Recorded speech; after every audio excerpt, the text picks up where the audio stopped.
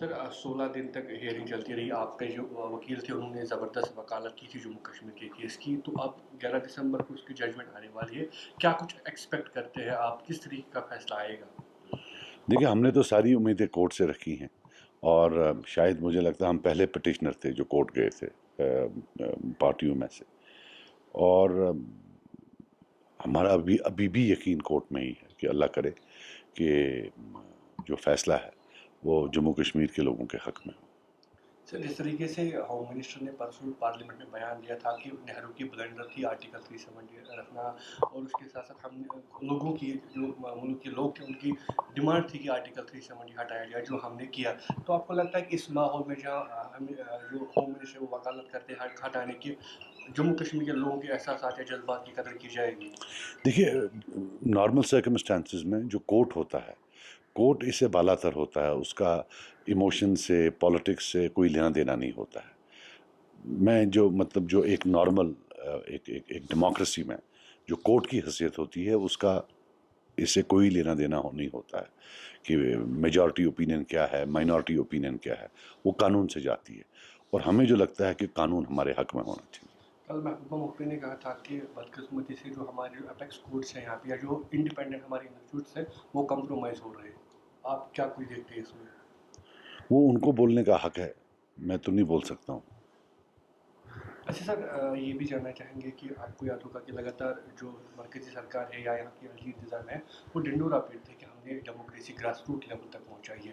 اب آپ دیکھیے میونسپلٹیز کا ٹینور بھی ختم ہو گیا ہے. اب جو سرپنچ کا ان کی بھی ٹینور ختم ہو گیا، لیکن نہ تو ان کے الیکشن کی بات ہو رہی ہے نہ اسمبلی الیکشن کی بات ہو رہی ہے. ایک طرح سے بتایا جائے کہ ہم نے ڈیموکریسی جو ہے پوری پہنچائی ہے، ڈیسینٹرلائزیشن آف پاورز کیا ہے.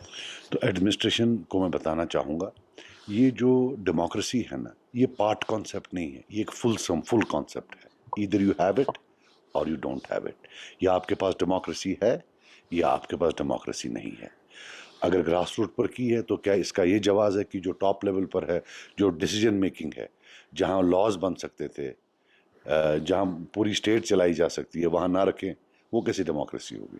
اوپر سے نیچے تک the entire pyramid of democracy has to be vibrant اور جو کام کرے، رائٹ. تو یہ ڈرامہ جو ہے کہ نہیں جی ہم نے گراس روٹ ڈیموکریسی کو اسٹرینتھن کیا، ایدر یو ہیو اٹ اور یو ڈونٹ ہیو اٹ. دیکھیے جو بھی یہاں ایڈمنسٹریشن ہے اپارٹ فرام جو آفیسرس ہیں، رائٹ، وہ تو ایک سسٹم کے تحت ہیں، ان کا کوئی جواز نہیں بنتا ہے، ڈیموکریٹک کانسٹیٹیوشنل جواز نہیں بنتا ہے یہاں beyond a certain time gap یہاں ہونا.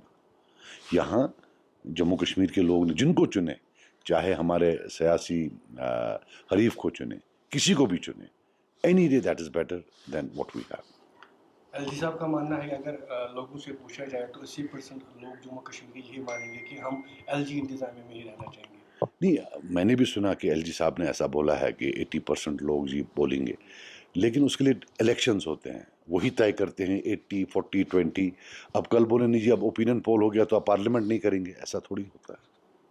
سر آخر میں جاننا چاہیں گے کہ انتظامیہ کا دعویٰ حالات ٹھیک ہے، لیکن کل ہی ایک اور پولیس آفیسر کا جنازہ اٹھایا گیا، یا اس کے ساتھ اس سے پہلے بھی نان لوکلس پہ اٹیک کیے گئے. تو آپ کیا دیکھتے ہیں، حالات ٹھیک ہے یا ابھی بھی ویسی حالات ہے جیسے نہیں، پہلے؟ وائلنس جو ہے، نہیں، حالات لا اینڈ آرڈر میں تھوڑی بہتری آئی ہے، پتھر بازی بند ہو گئی ہے، اوور آل ہڑتال کم ہو گئی، اس میں کوئی شک نہیں، جو سچ ہے وہ بولنا چاہیے. تو لیکن یہ جو یہ چٹ پٹ یہ ٹیرر کے واقعات ہیں، جس میں جیسے ہمارے جو کل ایک انسپیکٹر وہ شہید ہو گئے، ایک ینگ مین، تو یہ تو وہ کرتے رہیں گے جن کے جو انٹینشنز خراب ہیں، لیکن بہرحال as uh we have to fight that war also. Sir اگر 11 دسمبر کو فیصلہ آپ کے حق میں نہیں آیا تو کیا کچھ نہیں، وہ ایک ہائپوتھیٹیکل کوشچن ہے، جب آئے گا تو اس میں پھر دیکھیں گے. ٹھیک تھینک ہے. You sir.